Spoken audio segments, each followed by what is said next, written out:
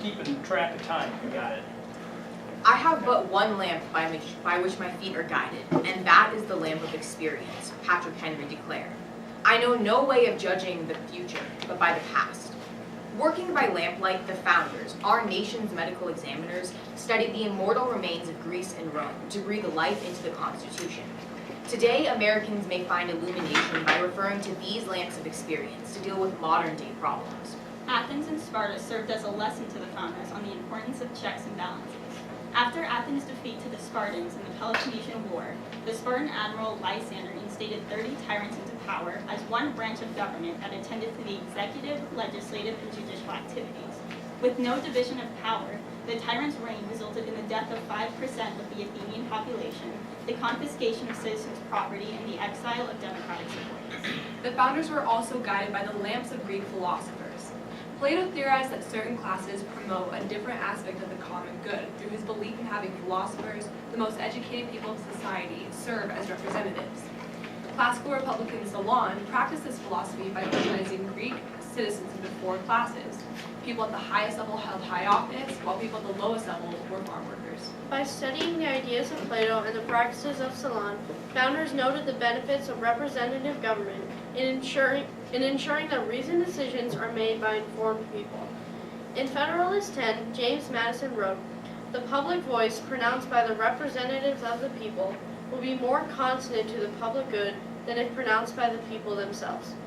Article 1, Sections 2 and 3 reflect this concept by establishing representation through the House and Senate. The founders were especially interested in the decline and fall of Rome because they wanted to understand the elements of their successes and failures to imitate and avoid in their own government. The Romans encoded higher law into a constitution, the 12 Tables, which bound the privileged class and the plebeians to the same impartial rulers.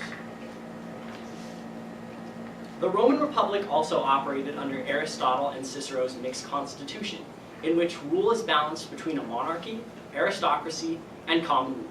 Despite these beneficial aspects, the Roman government still fell due to a decline in civic values, an overextension of the military, and fiscal irresponsibility, as former Comptroller General David Walker asserts.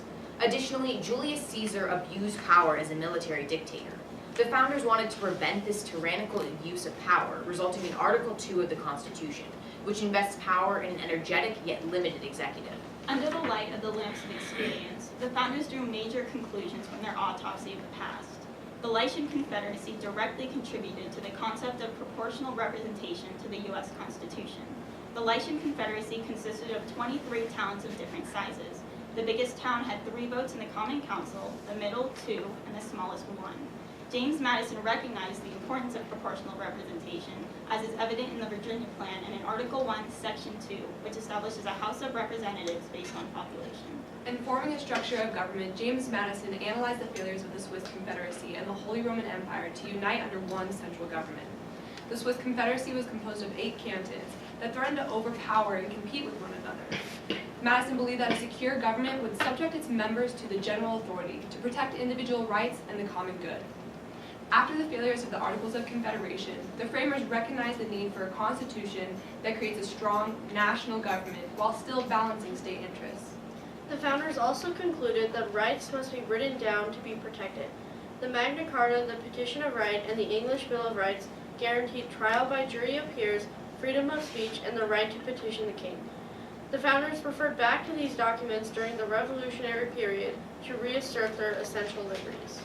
Today, our country faces many of the problems that the ancient Romans did: debt, overextension of the military, moral depravity, and an inability to defend our borders. By looking at the lamps of experience of long-gone nations, we can pave a path towards the future, much like the founders did in their time. Thank you. 417.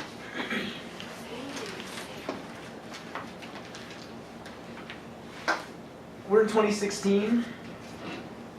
Was their autopsy wrong? I would say that that autopsy wasn't necessarily wrong because they focused a lot on the military expansion, the military power. And right now, if we go to the whitehouse.gov, their website, we can look at the 2016 budget and see that 12% of the budget is spent on military and only 2% is actually spent on education.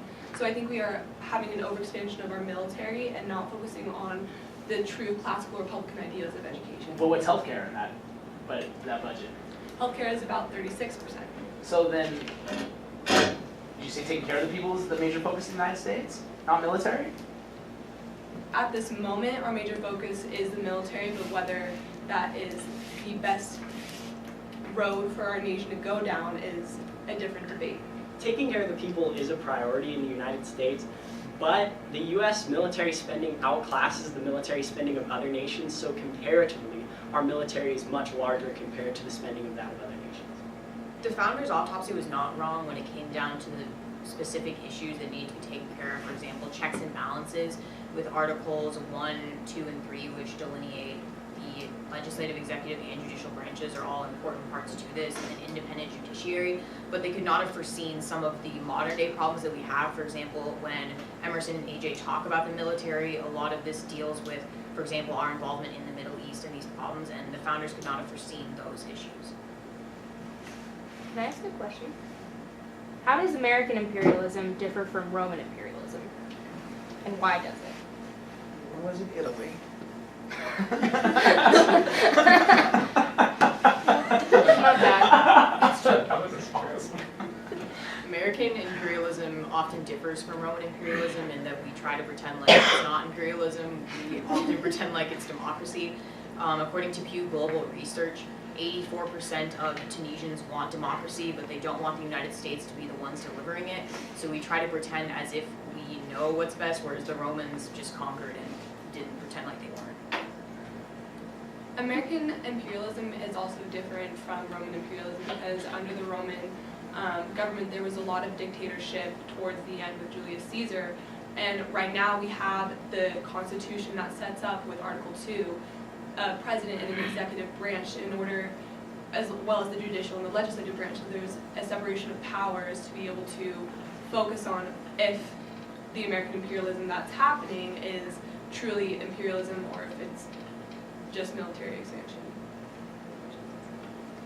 A great example of this provocation of this American imperialism would be the Foreign Assistance Act of 1974, in which Congress took away funding from the Vietnam War because they believed that we were not progressing towards a democratic state that would be useful to the United States. What was the word you used? Revocation. Never heard that. What is revocation? That's just like what I used as revoking. Oh, Revocation. Revocation. Okay, no, I apologize. I wasn't financial. I just didn't understand. I didn't know the word. In what ways were the founders influenced by governments of their own time? We've heard about ancient Greece and ancient Rome, but what specifically about the 1700s to 1800s influenced the founders? Well, Britain functioned under an unwritten constitution with their 3 different documents, and so they were, so America was influenced by this because they wanted to have a more like solid constitutional and written down constitution, which is why they wrote one solid one. Additionally, also in the British Parliament, there's a House of Lords and a House of Commons, I got it. which is illustrated in our system of government through the Senate and the House of Representatives. The Americans were also greatly influenced by religion in the British system. In Britain, religion was often mixed with government, where high holding office officials also were priests and abbots. And so this resulted in Article 6, Section 3 of the Constitution, which says that no religious test shall be imposed upon any person holding office. The American constitutional system today was also heavily influenced by the Magna Carta. I would say that it is just as important as the Declaration of Independence. It was actually just like it, where what was written down may not have been the most, it was extremely important, but it is now, it was influential, and it still has a lasting influence among how many years it's been. And so the Americans took the Magna Carta and they took Chapter 18 from the Magna Carta, and it is verbatim with the no cruel punishment clause of the Constitution. Thank you, I knew that. What's the difference between a government and a state? A government actually rules by the people or for the people in certain cases, whereas a state is simply a place where people reside, for example. A state of nature, according to John Locke, is simply just a state where people exist, and where it's a state of anarchy, whereas a government actually abides by rule of law and creates laws for the people. A government is an overarching body that creates laws and rules for a certain area, whereas a state is just a place where people of common religious beliefs, languages, or even just location come together, and this... Isn't that a nation? Isn't that a nation? That can be a nation, but the example they were getting City to... or a town? But Neighborhood. cities and towns could be included within little s state. Or could it be a Roman state or a Greek city-state? Okay, so this goes back to like August. Yeah, I was just What are the 4 features of a state? A state has to have 4 things in order to be a big S state. You have to have people. Sovereignty. You have to have sovereignty. What kind of sovereignty? Interdependence or Westphalian? Westphalian, right? What else do they have to have? People. We got people. We got sovereignty. Gotta be Relationships. somewhere. Got to have a geographical Yeah, We got location. that territory. That's And government. Government. Right? Ooh. A state has to have It has to have government. Well, 'cause state of nature. What about a failed that's also a state? little less It's state, governed by right? chaos. Is that what they call failed states? Yeah, that's why it's failed. Syria's a failed Oh. state. Somalia is a failed state. Libya is a failed state, right? By definition, they're not a state by political sciences. We talk about the term nation, right? Nation is a group of like-minded people who have religion, faith, well, sometimes religion. And remember, I asked that question: is this room a nation? Right? Is my classroom a nation? Is Reno High School a nation? Raider fans can call themselves the Raider Nation. So his question is, what's the difference between a state and a government? Are you talking about big S state, Sam, or little S state? Doesn't matter. Yes, it does, because we're a little S state in Nevada. Well, and in reference to this question, it could be a Roman state or a Greek city-state. The city state is still big, is big S, because they're independent of the others. Mm-hmm. But they need each other. Don't they overlap with one another? Well, does No. that create a confederacy? Was Greece a confederacy? Was there a centralized government in Greece? That's why they're city states. What was New York and Massachusetts? So was it. So was the Italian peninsula. It was the Austro-Hungarian Empire. So was the Austrian. So something that's a great question to think about in terms of something we talked about a long time ago and hasn't really had a chance to reverse See, itself. I do this. I do this to you guys. I want to see if you guys remember from. I actually, Remember the something. first thing that popped in my head was Here. the PowerPoint. I could see all the colors and the words, but I couldn't read them. I remembered something, it just wasn't the right thing. That was before we had Nicholas arrive. Oh, did I have a keychain that I found a keychain that said Go ahead, Sam. There you go. That's That's it. Well, then, Judge? you know, I like the way you guys interacted, though. That was good interaction between everybody. And I liked her, although, you know what? You talked about imperialism. What about, I mean, we started out on the eastern seaboard. Now we're all the way across to the Pacific coast. Talk about imperialism. And kind of the And thing, they called it manifest destiny. It's imperialism. I mean, we conquered the Mexican nation to take several states. What did we do to the Native American population? And took all We their killed them. states. But What did we do to all we these? did the same thing in the Philippines, we Yeah. did the same thing in So- Central America and Yeah. South America.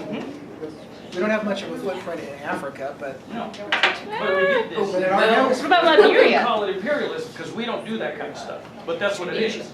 So, So, we're spreading hope. but for disagreement on that question though, one thing that you could say is that I think arguably, and it's a little tough to argue, but as far as territorial imperialism, America has scaled back a lot since the 1800s, right? Because we took Panama, we had possession of the Philippines, of the Canal Zone, and actually through time we've given up those territories with the exception of Guam, Puerto Rico, etc. But I think we kind of stopped ourselves at the beginning of the 20th century and said territorial acquisition is a little sketchy, so we can insert ourselves into foreign affairs, but like, do we want to own their territory? Not as much. So that was just like, for a point for disagreement. the more territory you own, the more you have to govern, and that's what happened to the Roman Empire. That's what happened to the British Empire. That's what happened to the Spanish Empire, to the French Empire.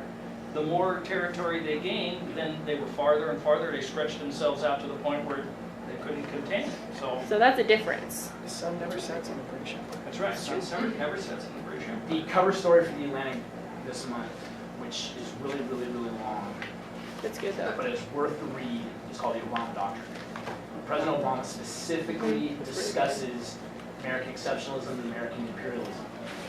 And it's a read. I mean, I'm not going to lie to you, but it is unbelievably important. Yes, I It have. was like 30 pages printed out. Unbelievably important the insight that he takes into seeing what the United States is. And his major claim is, President Obama's major claim is that the United States imperialism today is that of helping people.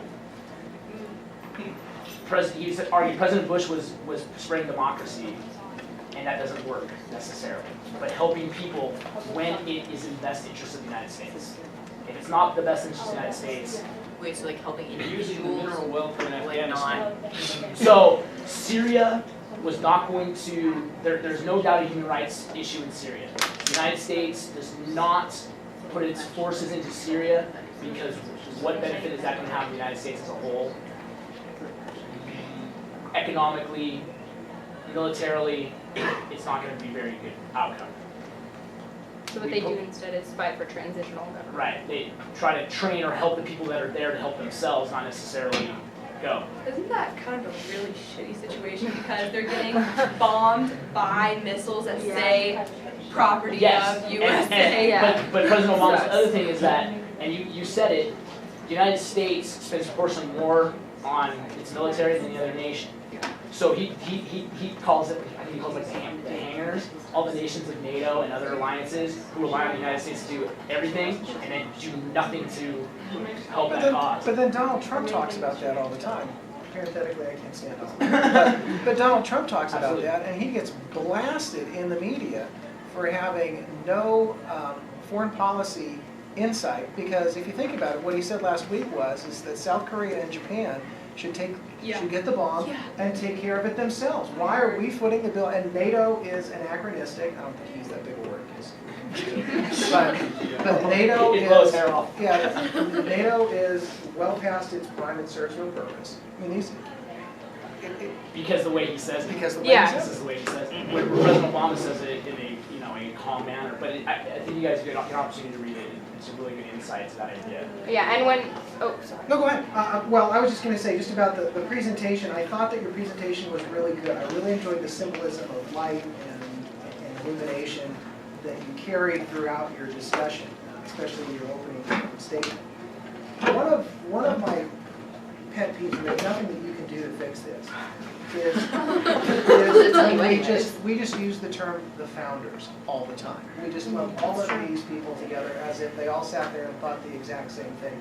I'm reading a very interesting book right now about Madison and Jefferson and what was going on, well, their relationship throughout the course of their lives.